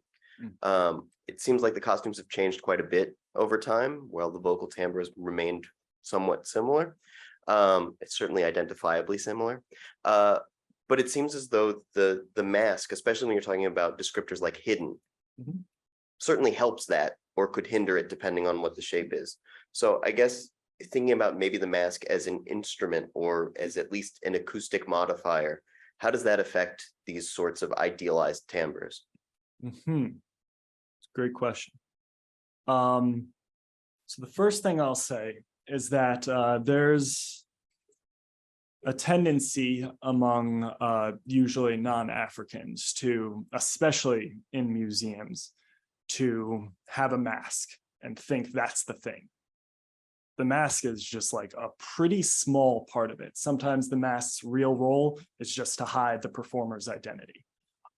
So looking primarily to the physical appearance is, I would just say, the wrong priority. Not that your question is wrong or anything, but performance, like the character that they are performing, the personality, how you interact with people, because this doesn't occur like on a stage where there's a crowd, we sit down and we watch Makishi. Like when the spirits come, it's happening in like daily events or as parts of ceremonies.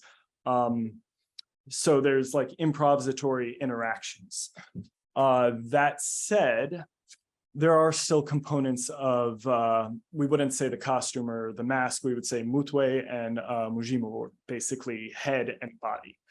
There are aspects of that do affect the performance. A lot of these Makishi dance, and being able to use the costume in a specific way so that the dance happens as it's supposed to is a big part of that. Like Kuhunga, the dance I mentioned, you wear jizombo, these long grass skirts, and getting that skirt to flow in a specific way is like the goal of Kuhunga.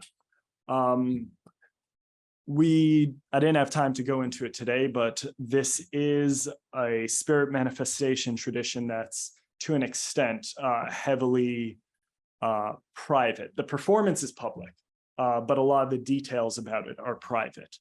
And there have been several times where I've asked collaborators, oh, inside that mutwe, inside that head, is there anything that's modifying the voice? And the answer is, you're not allowed to know that. So, which I think also adds to the vitality of timbre, that like we value this means of timbral production so much that like it is a well-kept secret within the Luvale. I don't think that's anything to brush aside.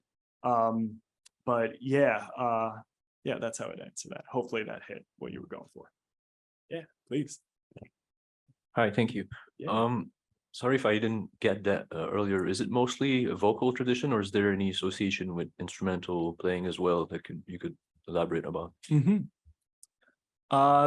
There's somewhere around like 100 different Makishi, and these spirits, like even though there's a set that's pretty traditional, more spirits are being created every day.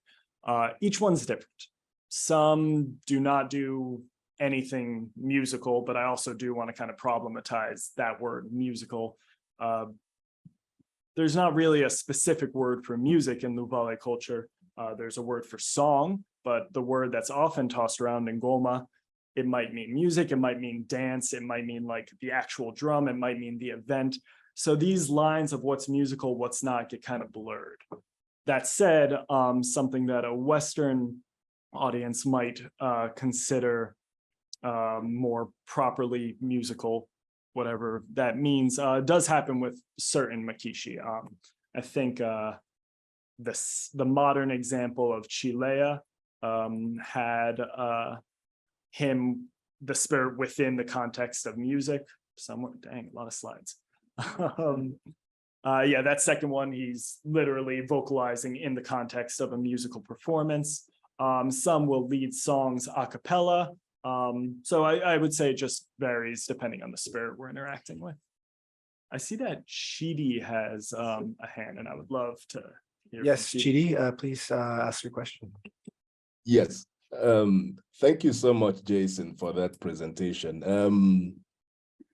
You actually have touched on a little bit part of my question in terms of masking, which masking and spirit manifest. From masking, we get to masquerades and stuff, which actually gives it a more social presentation. But when we go into the spirit manifest side of it. It becomes much more deeper culturally. And I want to draw a kind of a parallel from my own study. A kind of a parallel between masking, which is also a practice, cultural practice, and spirit manifest. So one comes from the other, from what I understand. So masking in terms of trying someone covering his face for amusement or to kind of send a particular message to a society or something like that. In that aspect, the person's aim is not to be recognized. And like when you were responding to Joshua's question, in terms of how does these masking of the voice, speaking in a different voice, how does it come about? And what is used to achieve it? Of course, you are not allowed to disclose or to even learn it because you are not part of the insides of the practice. And why I wanted to raise that question is because I wanted to ask you, were you able to get the information? I know that information because I come from my own culture. I kind of happen to be an insider, sort of. And let me put it this way, that there is something that actually is used, a kind of instrument that is used to modulate the voice and make it sound differently, so that it gives the impression of anonymity in terms of who is behind the mask. Yeah, first off, thank you so much for all of that. And thank you for being here. Yeah, you touched on a bunch there, and I'm totally with you with the difference between spirit manifestation versus masquerade. I think that's a point that Meki and Zewi really tries to hammer home. Okay, there's a few things there. Quickly. Yes, okay. I was never told the answer. That would probably be the best way to answer that. And I would always, in interviews or just in interaction, try and emphasize that. I would say like, kangwechi na kulinga chijila koko, like I don't want to do a taboo. And people are very receptive to that. Even the people who I'm allowed to discuss these things with was something very regulated. So I was never told the answer to whether these things are used or not. The next dimension would be, that said, not every Makishi performer does use any external source. It varies very much with spirit and what the desired timbral archetype is.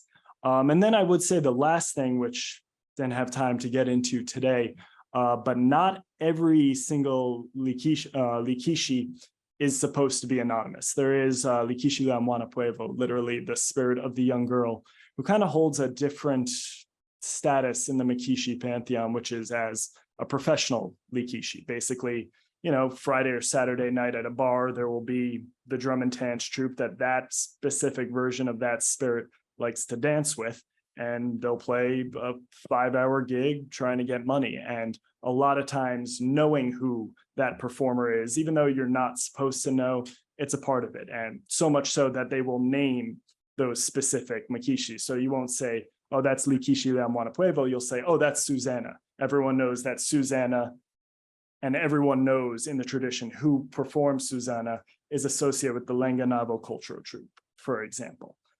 So unfortunately, just my real answer would be, it's really context dependent. It's super complicated and very on an individual case by case study. But Chidi, thank you so much. I really appreciate that.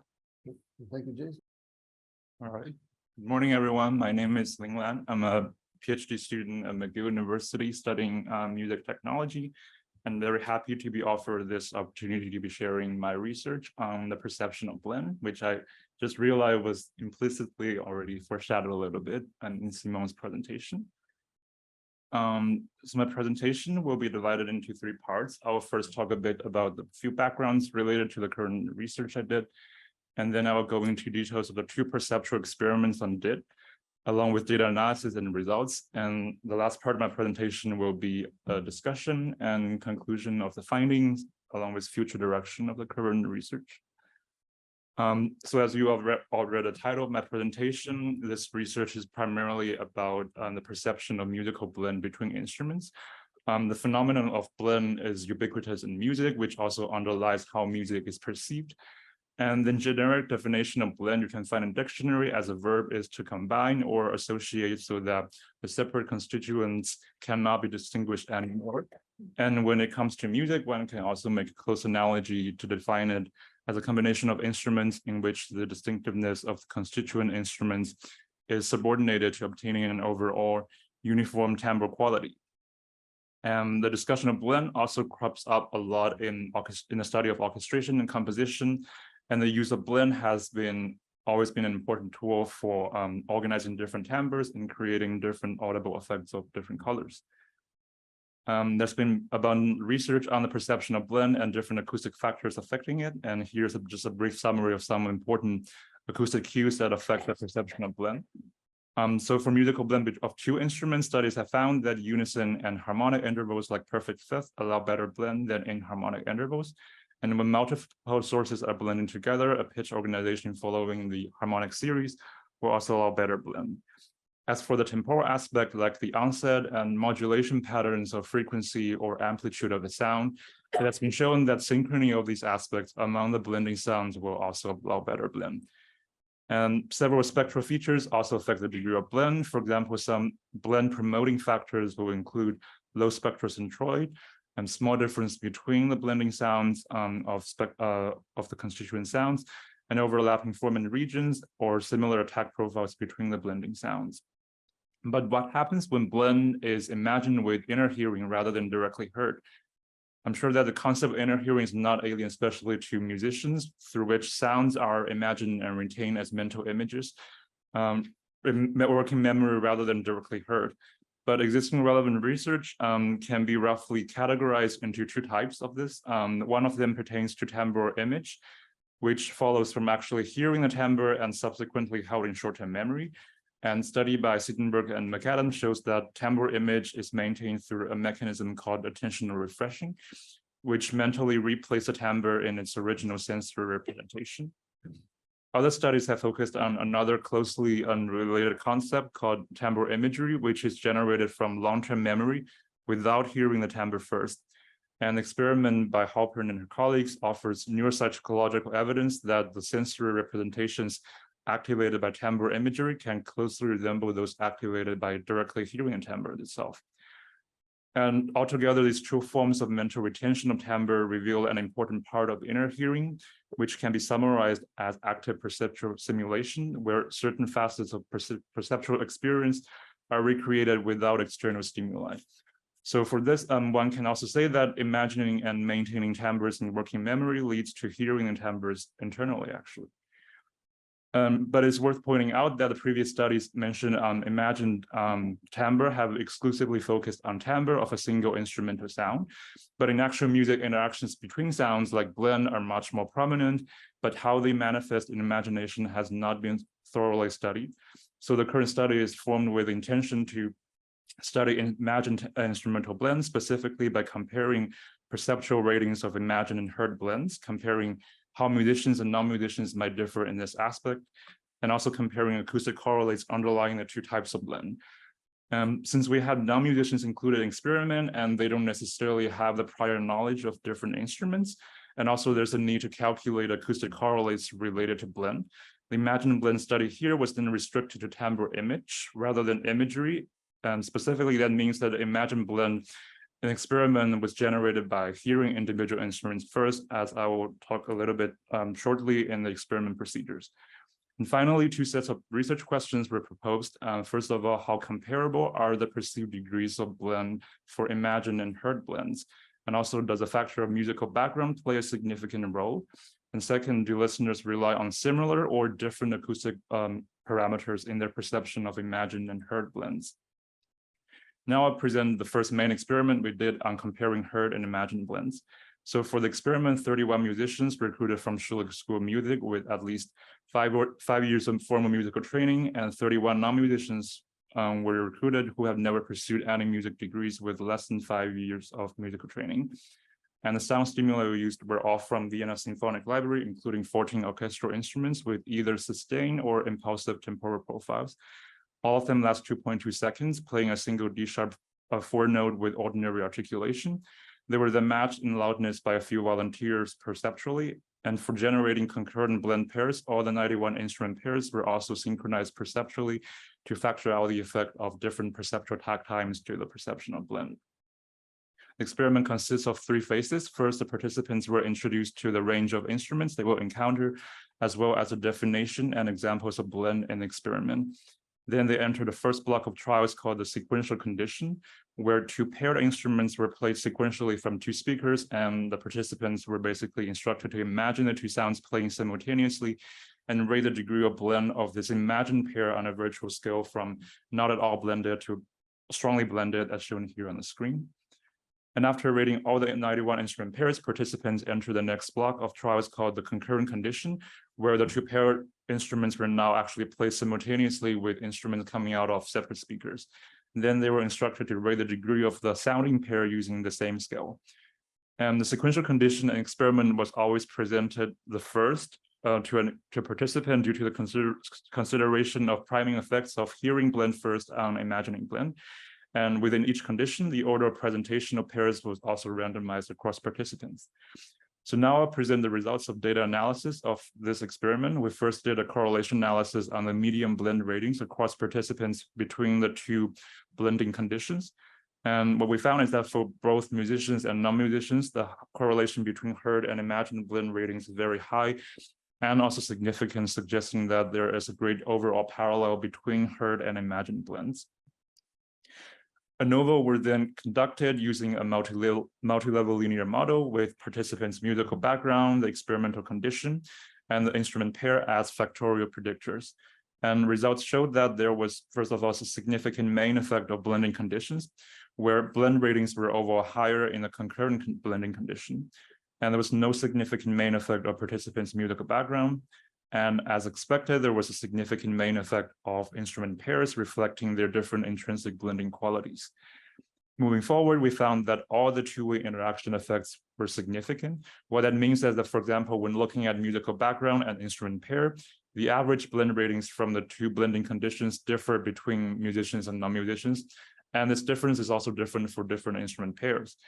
And then between musical background and blending condition, we found that while both musicians and non-musicians gave higher overall blend ratings in the concurrent condition, non-musicians did differentiate the 2 types of blend more than musicians did. And the concurrent blend pairs were overall rated more blended by non-musicians.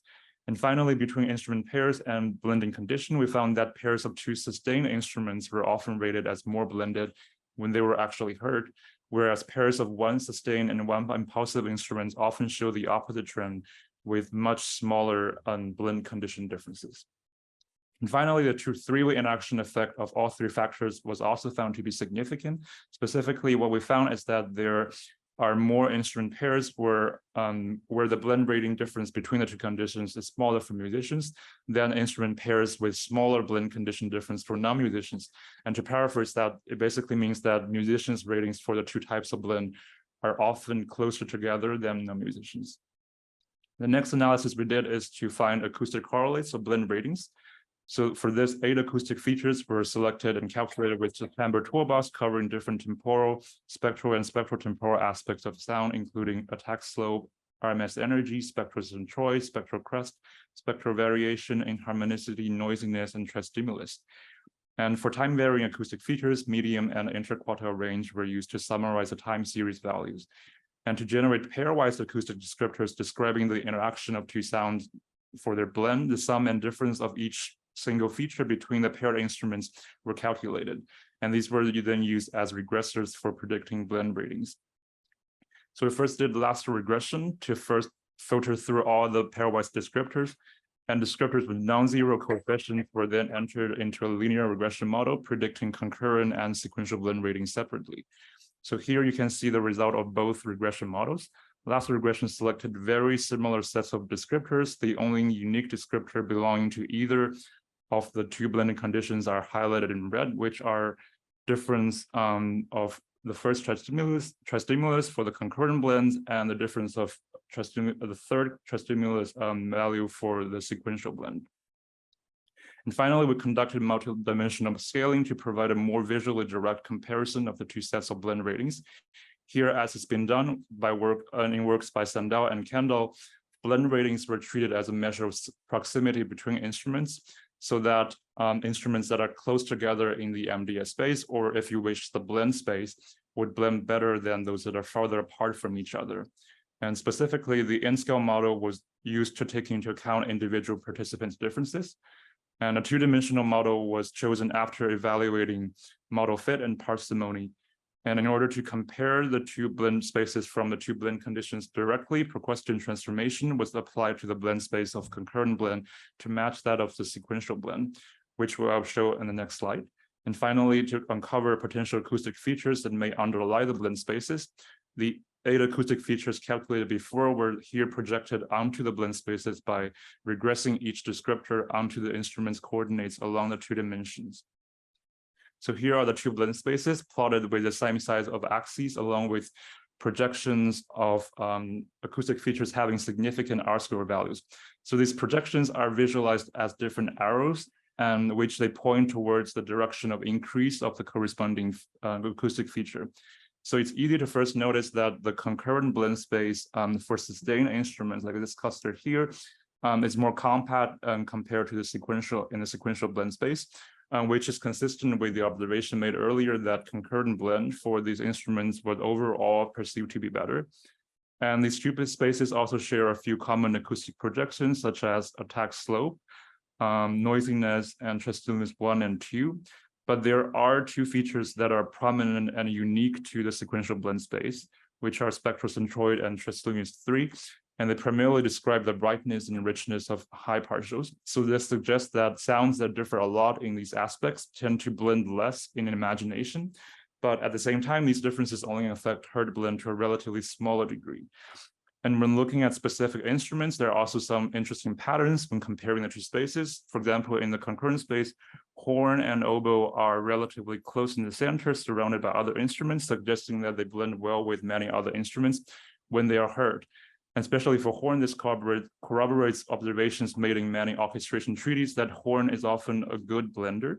However, when the blends are imagined, they don't really show this strong affinity with many other instruments. As you can see here, they're relatively more moved towards the peripheral. Consequently, they blend less and with fewer instruments. So basically, that's what we can see in these 2 blend spaces. And following this first experiment, a second experiment was conducted to gather more evidence on the association between evaluating imagined blend and judging instrument dissimilarity. And this was hypothesis based on data analysis for the first experiment and also participants' feedback from the first experiment. So for this follow-up study on perceived instrument dissimilarity, 46 participants were recruited, including both musicians and non-musicians, but they were not separated into 2 groups as we did in the first experiment. So the same stimuli were used from the sequential condition of the first experiment with additional pairs of identical instruments in order to anchor the dissimilarity scale, which I will show on the next screen.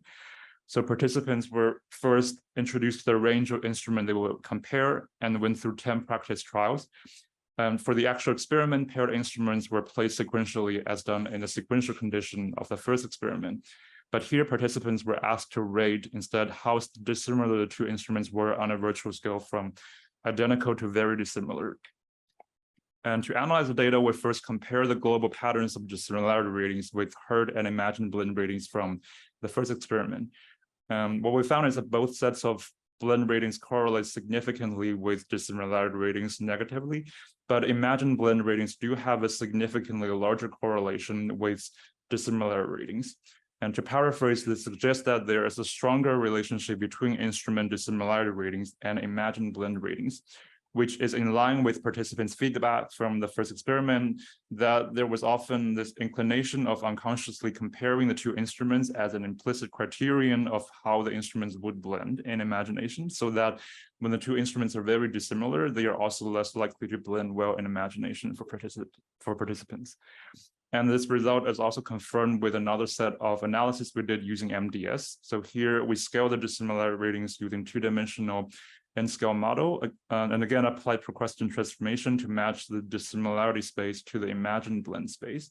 So here you have the two blend spaces plotted on top of the dissimilarity space, and within each plot, the same instruments are connected by this arrow originating from the blend spaces. And a visual examination shows that there is greater structural similarity between the imagined blend space and the dissimilarity space here, corresponding to the shorter arrows you can see between the same instruments. And this is also confirmed quantitatively by comparing the alienation coefficients, where the alienation coefficient between imagined blend space and dissimilarity space is statistically significantly smaller than that between heard blend space and dissimilarity space. So combining the two experiments together, results suggest that, first of all, heard and imagined blends are overall parallel and similar, but there are also varying degrees of difference between the two types of blend. And specifically, the blend of two sustained instruments is often underestimated in imagination, and the blend of a sustained and impulsive instrument is, on the contrary, often slightly overestimated in imagination, although the difference is also often very small between the two conditions. The musical background also has an effect in how heard and imagined blends differ, where the underestimation of imagined blend of two sustained instruments is often more prominent for non-musicians than for musicians. And results from acoustic modeling of blend ratings and MDS analysis suggest that both imagined and heard blends might be affected by a similar set of acoustic descriptors, such as contrast of attack slope, noisiness, and tristimulus 1 and 2. But at the same time, imagined blend is also more sensitive to differences in brightness and richness of high partials between the blending sounds, where larger differences on these features intuitively suggest to participants less blend imagination. But when these pairs of instruments are actually sounding in real world, however, better blends are often perceived, possibly due to spectral interference and masking that allow different instruments to be heard as more blended. So it seems that mental images of blend may not be faithfully account for these blend promoting factors. And with results from the second experiment, it suggests that evaluating blend in imagination, at least in the context of the current experiments, is likely to be strongly informed by judging dissimilarity between the blending instruments. As for future direction, as an extension of the current research, it might be desirable to, first of all, seek for more ecological validity of the phenomenon of blend imagination or inner hearing in general, in more realistic and longer musical context, which would then provide more insights, knowledge into, for example, the role of inner hearing in more complex musical writing, and answering questions like how composers modify different parameters to achieve different types of blending effects. Another direction is to investigate the neuropsychological nature of imagining blends with tools such as functional MRI, which may reveal more insights into how blend is imagined in comparison to possibly relevant mental processes like judging dissimilarity between instruments. So here are all the references that appeared in the slides. I would like to thank my supervisor, Stephen McCallum, for guiding me through different stages of the current project, and also Bennett Smith for programming the experiment interface, and also my lab members from MPCL for helping me pilot experiment. So thank you all for listening, and I'm happy to take any questions.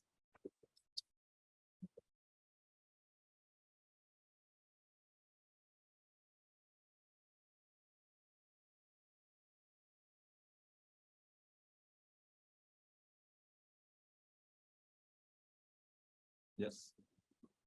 Yeah, I wonder if in your last slide, you spoke about composers doing different parameters, but what about also including performers, and which are the ones also realizing these and comparing, or not comparing, but also that contribution from performers. Oh, sorry, I was off. Have you thought also about including performers? Yeah, I imagine it as a parallel process, like complementary to composers, because like often composers talk with musicians, and also this feedback loop is existing. I think that will sort of require different modes of experimentation, and as what I am planning to do more in my PhD thesis, specifically focusing on composers. But yeah, definitely, I think performance will bring different knowledge into how they can modify with inner hearing or their prior knowledge of an instrument to achieve different kinds of blending effects. Yep, definitely. There's a comment in the chat by Obiyaku. Sorry for butchering your name. Just a thought from a non-musician perspective. I'm just thinking around the concept of imagined blend, and if physically looking at a combination of instruments without hearing the sounds individually or collectively could influence the imagination of how they could blend. Yeah, the instruments for non-musicians, I think, yeah, I believe that it suggests like visually when you hear them, like if they exhibit like different modes of production, like a struck instruments and a blown instruments, like that's kind of a visual cue to it in actual performance that it will affect on how blend is perceived or the degree of how well they fuse together compared to when you don't hear or you don't see what's happening on the stage. So yeah, currently the experiments only have like, they cannot see anything, they can only hear. But I can imagine that when the visual information is included, it will probably elicit a different response from the participants.